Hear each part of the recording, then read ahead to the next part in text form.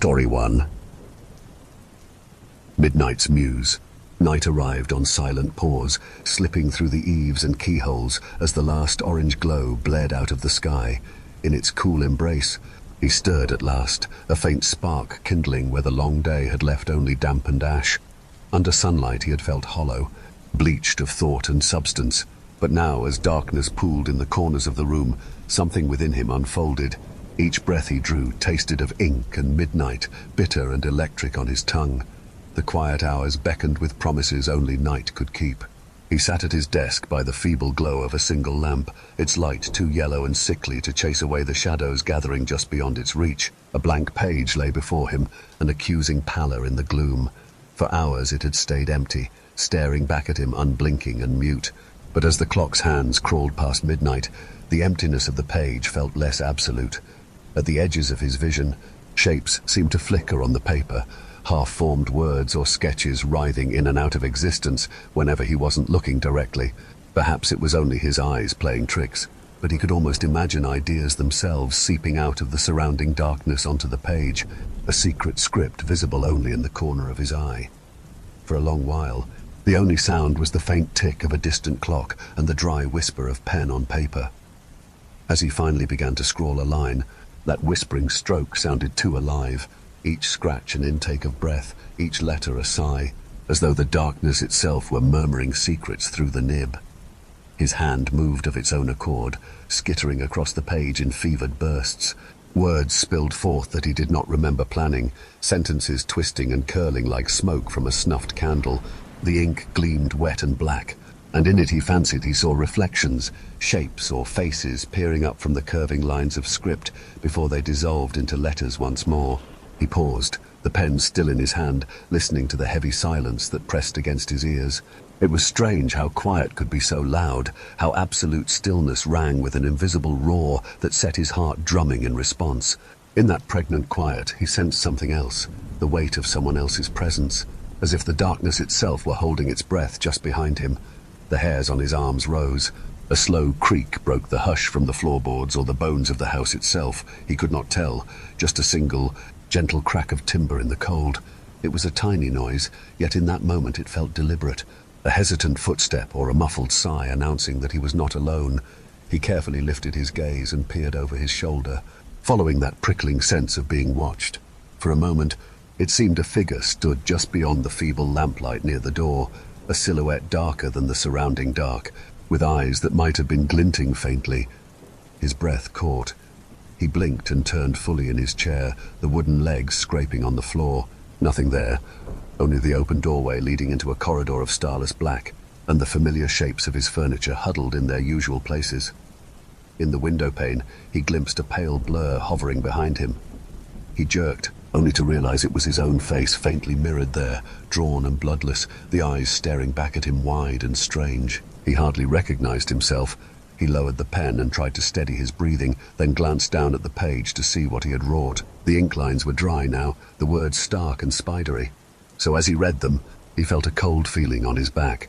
The scene described on the paper mirrored the very one he inhabited, a lone figure hunched at a desk in a pool of weak lamplight, surrounded by watchful shadows. The text talked that how everything was quiet but still felt loud, and how something can move at the corner of the person's eye. Looks like something creepy was coming up slowly behind the chair. His mouth went dry. He didn't remember crafting these sentences, yet here they were, recounting his own uneasy night almost as it had happened. It did not feel like he imagined it. It looks like someone he can't see was writing it down for real.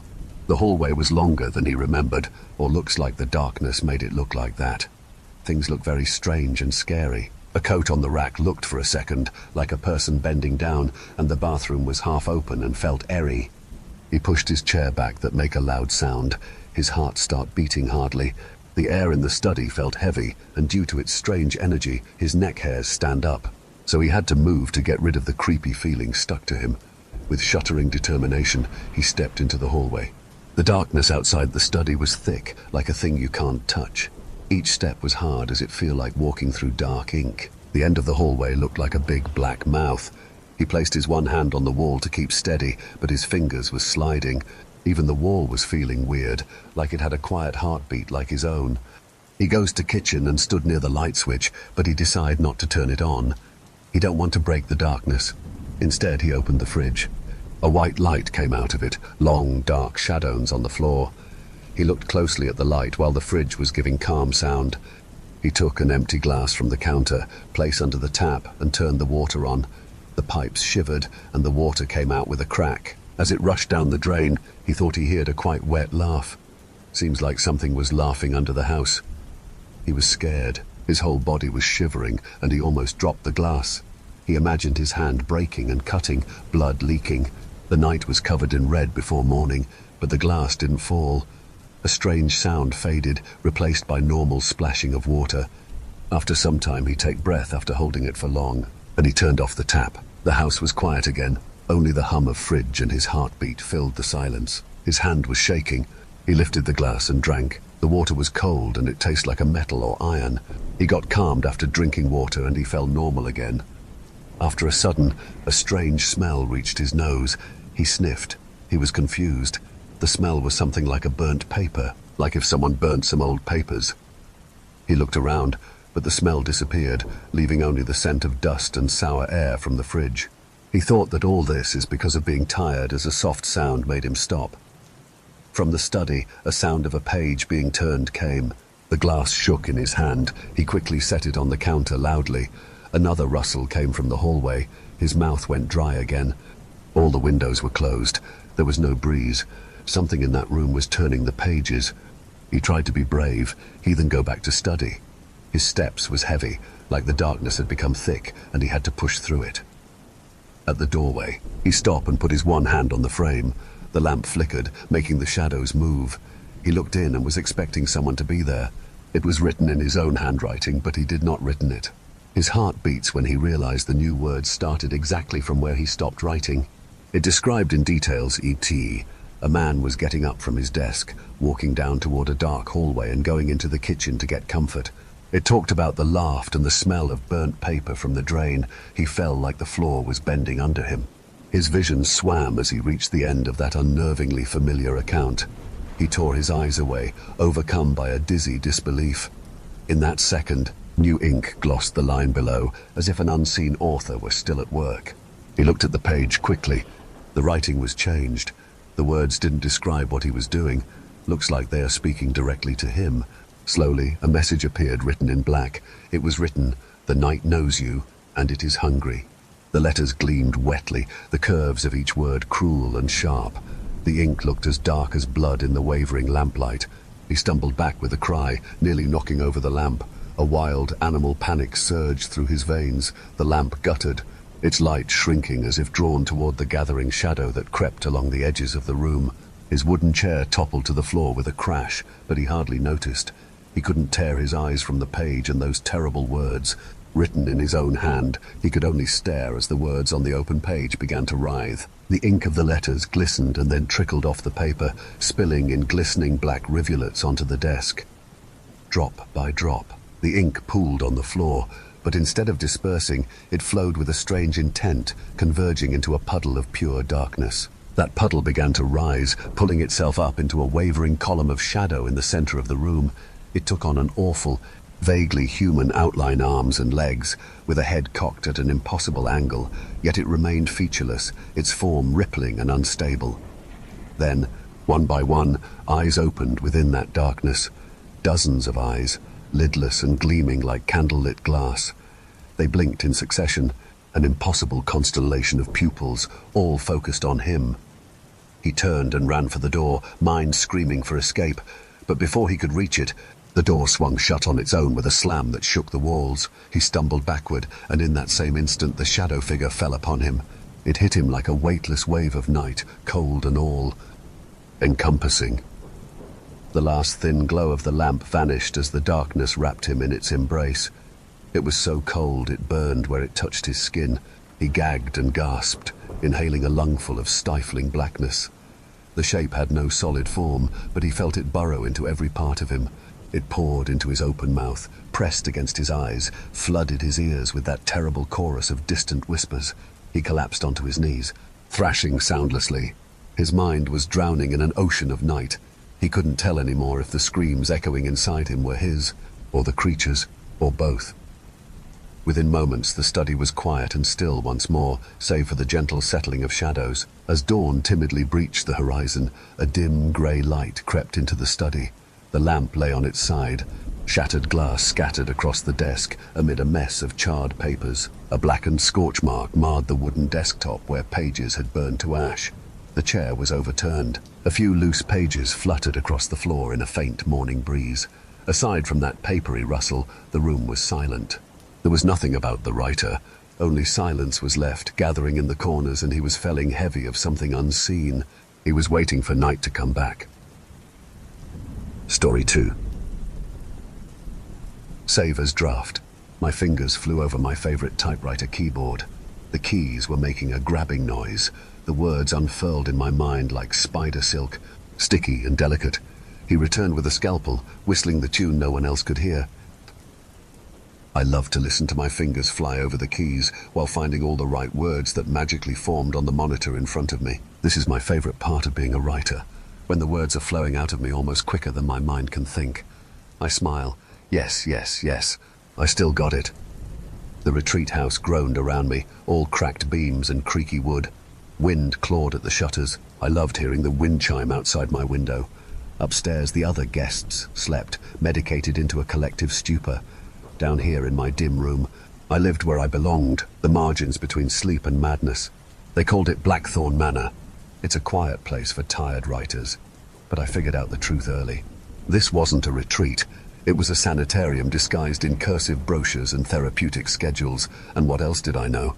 They were going to use me as an advertisement. Even the famous Liz Powell, a famous horror author, came to stay with us for a while.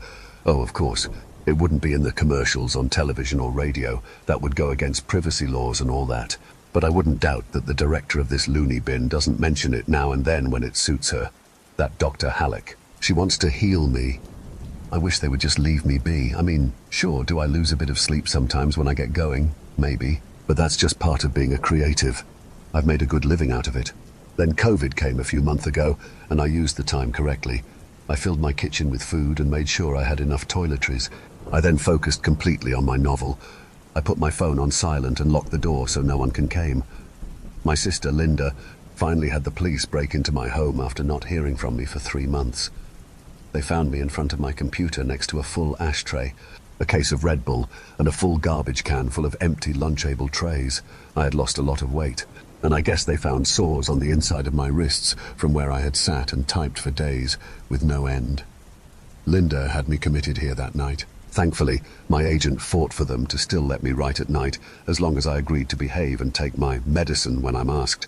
And I had to take part in group therapy and my special appointments with the famous Dr. Halleck. I received a small bookcase, a desk, and my laptop, though they disabled my internet access. Linda brings me 1 book a day from my library during visiting hours. If I act up, I lose my laptop for the night, and she doesn't visit, which leaves me with no new book to read. I am here from a week now. I have done everything they asked me to do, but there is a problem.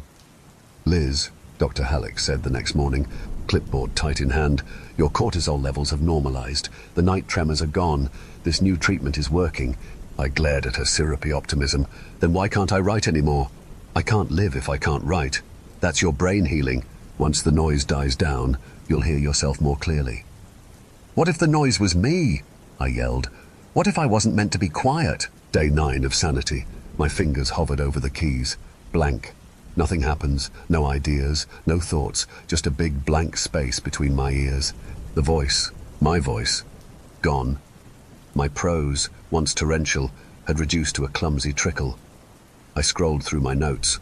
Wooden. Colourless. I tried to read back through my writing from when I first got here.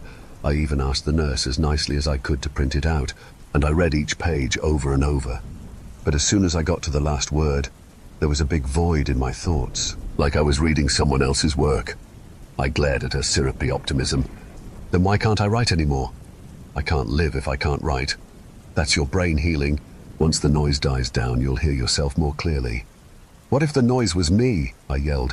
What if I wasn't meant to be quiet? Day 9 of sanity. My fingers hovered over the keys. Blank. Nothing happens, no ideas, no thoughts, just a big blank space between my ears. The voice, my voice, gone. My prose, once torrential, had reduced to a clumsy trickle. I scrolled through my notes, wooden, colourless. I tried to read back through my writing from when I first got here. I even asked the nurse as nicely as I could to print it out, and I read each page over and over, but as soon as I got to the last word, there was a big void in my thoughts, like I was reading someone else's work. I tossed a coffee mug at the wall where it shattered. I can remember my agent voice screaming, "Liz, we need 2 weeks for a big hit. I have 2 books on the New York Times bestseller list." My stories came out of me easily, like a flow of ghost. Now I couldn't even form a metaphor without it choking in my throat. That night, I met Gavin. He sat outside on the swing near the dead rose bushes, cigarette glowing, thin, hollow-cheeked, dressed like an old English professor. His eyes caught the moonlight. "Couldn't sleep?" he asked. "Can't write," I replied. "Maybe the problem isn't your mind going quiet. Maybe it's trying too hard to be sane." "Excuse me?" "Madness," he said, exhaling smoke, "isn't the enemy. It's the meds." I stared. "Are you a patient?" "I'm a character," he smiled. "I'm one of yours. You forgot me." "I don't forget about my characters. You must be crazy. Come on, Liz. The Violet Cathedral. Look it up." He smiled at me.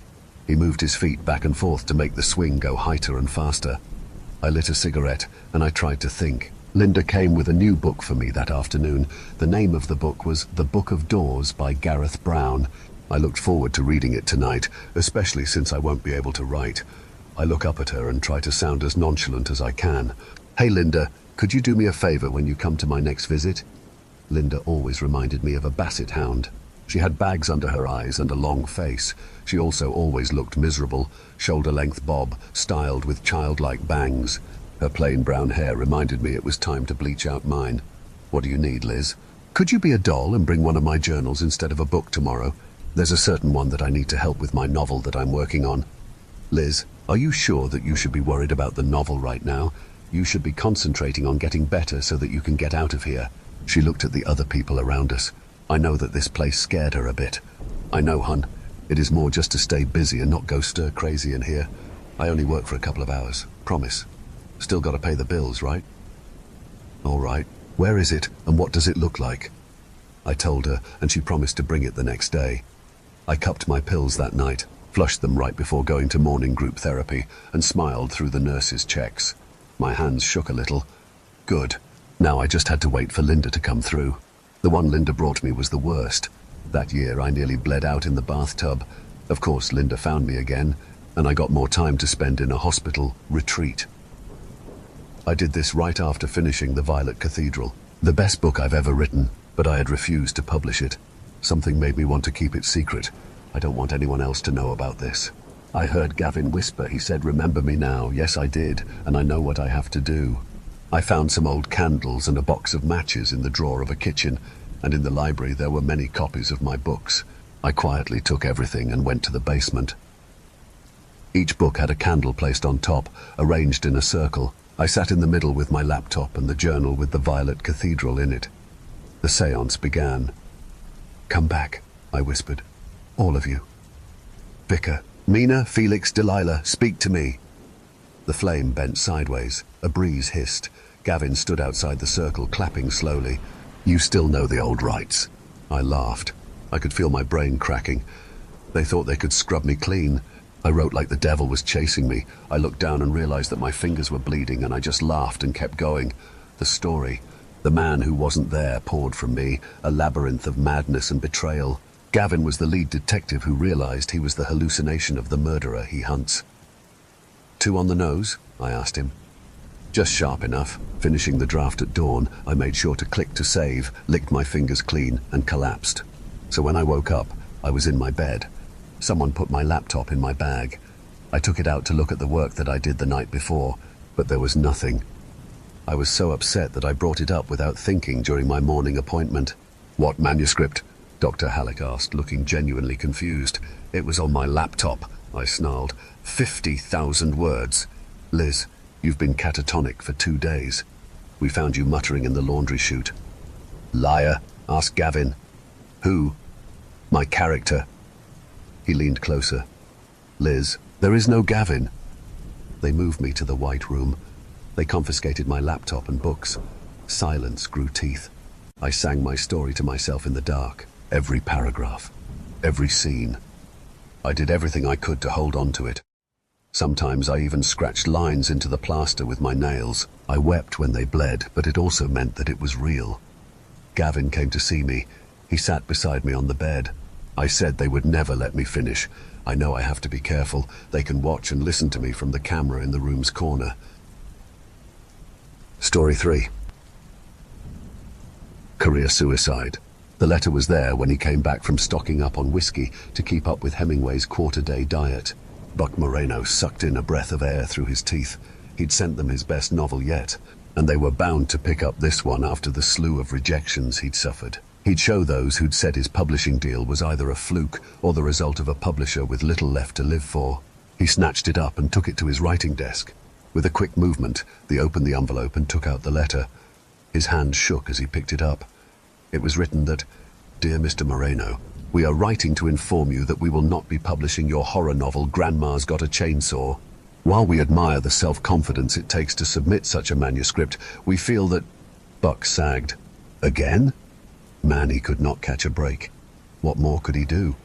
He'd followed in the pros' footsteps and stuck to their advice. Buck was now a borderline alcoholic, and still, rejection after rejection. All he wanted was to succeed at something, and becoming a famous writer seemed like a no-brainer. Hell, even his name was a damn homophone of the things he wanted to make money from. But even the books he'd sold, Planet of the Capybaras, sci-fi, and The Pigeon Did It, murder mystery, had not succeeded. People did not get his work. It was a minor consolation that all the greats found no appreciation in their time either, and he had no doubt his books would find new success after he perished. But he wouldn't be around to see it. Unless... The sharp-tongued letters' sharp edges cut through the silence. Buck stopped writing many noveles halfway because he didn't plan them well and he got lost. He had a lot of things left that are unfinished. If he died, he knows that he must come back as a ghost. That way, he'd get to reap the rewards of his post-mortem career surge. It was genius. The only thing standing in the way of him and adoration was his beating heart, and death from 1,000 cuts from yet another rejection letter was rather poetic. The publisher would lament the day they'd shot him down. Buck rolled back his sleeve, positioned the letter's edge like a blade, and went at it. 40 minutes later, his heart still beat on. Paper cuts were much too shallow to produce any serious quantity of blood, and the wounds that did bleed soon congealed and scabbed over. Even 1,000,000 of these little nicks wouldn't do it, and the letter's edge had become crumpled and frayed with use. God damn it! Even his artistic suicide was a failure. As had happened with his lackluster novels, he hadn't thought ahead. The depth he'd aimed for ended up only surface deep. Buck crumpled the letter into a ball and threw it at the bin, missing. He kicked his desk leg in frustration. God damn it! And that was when the tower of 20 or so unsold manuscripts and half-finished books fell. All 30 kilograms of the papers landed on Buck's head. They snapped his neck like a backside sitting on a misplaced pencil. Buck gasped and opened his eyes a moment later. Darkness, the smell of damp earth and mildewed wood, and there was another smell too, a musty, rotting aroma that...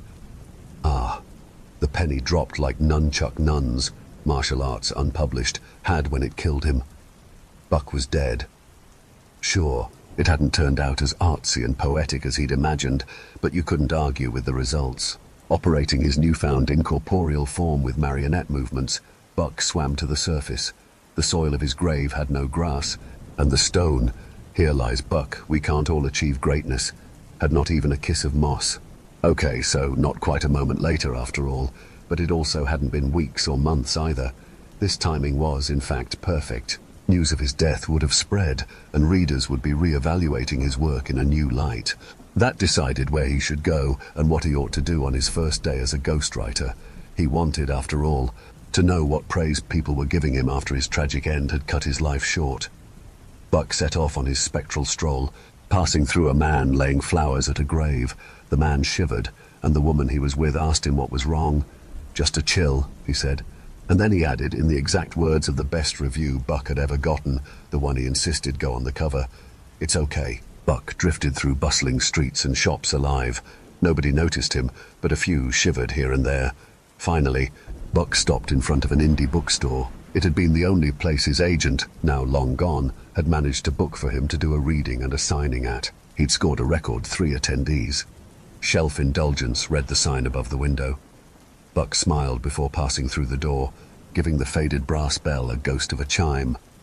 Jerry, the owner, looked up at the sound and then returned to his customers. The three huddled together by the shelves. The usual fare of labels was there.